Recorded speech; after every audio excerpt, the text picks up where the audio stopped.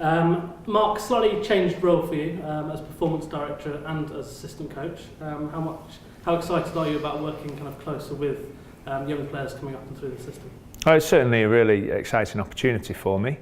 I think we're all still finding our feet with regards to how the role will work, and I think maybe it'll evolve in time, but fundamentally the way the job's been described to me is sort of being ultimately responsible for when people come into the first team. So at the minute, obviously, as you're aware, my duties are fundamentally day to day in the season with the first team. I spend most of my time there, and this is something we've discussed for a while about someone still being connected to the first team but having a bit more of an awareness and understanding of what's happening through the system down into second team, into the academy, and perhaps a little bit lower than that, and just sort of working with the guys already in those positions to help us make sure we're getting the development of our players right and as making as many good decisions as we can. How important is it that there is a clear pathway for players from the age group system into the academy and then into the professional setup? Well, I mean, my personal view on it is I think it's really important, and I think if you ask most of the coaches involved, then we would all have a similar view. I also think members and fans want to see, and everyone who works at the club wants to see, a procession of local people coming through. I think the game is changing so quickly that with it becoming a global game, and there's global opportunities for lots of our players now, the counties who can rely on the quality of their own coming through, I think will probably be in the best position moving forward over the next 5 or 10 years, because it will be able to deal with the fact that you are going to miss players, your best players are going to get opportunities globally and will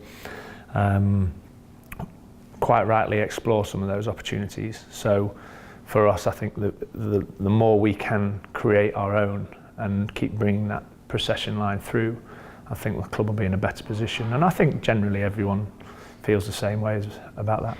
And the club's got kind of a proud tradition and history of bringing these young players through. If you just look at the squad at the moment, you've got the Parkinsons, the Lamb, the Leicesters, the Livingstons, the Moods. There's a long list, and that's just something you guys want to keep going, isn't it?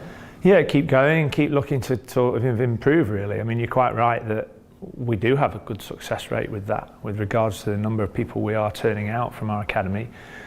We accept that we have a large pool or a larger pool than a lot of other counties of talented youngsters out there. So that does give us an initial advantage, but at the same time, clearly things are working quite well at the minute, and we are progressing people well, and we are getting a lot of people through into the professional game. So what we'd like to do is continue that, as you say, keep trying to improve it, keep trying to make sure we are, I suppose, innovative about the way we go about it, and hopefully, the ultimate aim is to ensure that creates a successful and a winning senior team, whether it be in the men's or the women's game.